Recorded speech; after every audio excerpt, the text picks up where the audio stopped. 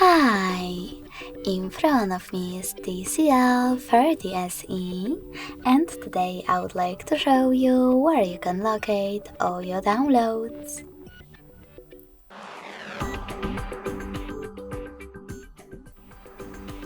First of all, you need to open Files app, then click Continue if you never used it before, so click, and tap on Allow. Lastly, select Browse at the bottom in the middle if it's not already on, and click on Downloads category. As you can see, all my downloaded files are over here. If you want to access one, just click on it.